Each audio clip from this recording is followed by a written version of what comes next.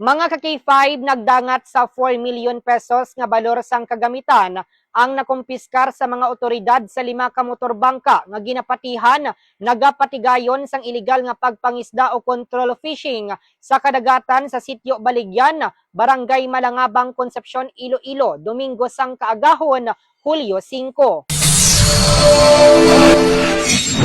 Bukod sa Mighty C, way na ko gina-allergy, way na ko gina-masakit. Salamat, Mighty C!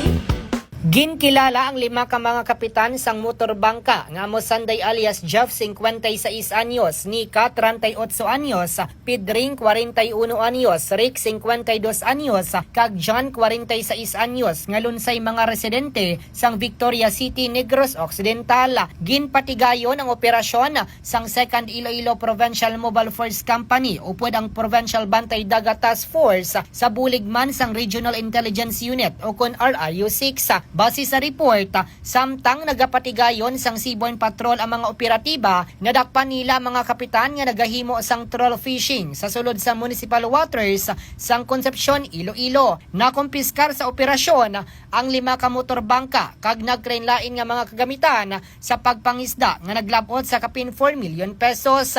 Sa karon yara na sa kustodiya sang Concepcion Municipal Police Station ang mga nadakpan, samtang ang mga nakumpiskar nga gamit ang yara sa Iloilo Provincial Bantay Dagat Task Force para sa nagakaigo nga disposisyon. Balita nagikan sa 5th Distrito, ini si K5, Reggie Plazuela de Mayo para sa kampiyon nga balita, serbisyo publiko kag kalingawan sa 5th Distrito, K5 News FM. Mas kinis kag mas healthy na ang skin ko. Salamat sa DTX Beauty Soap.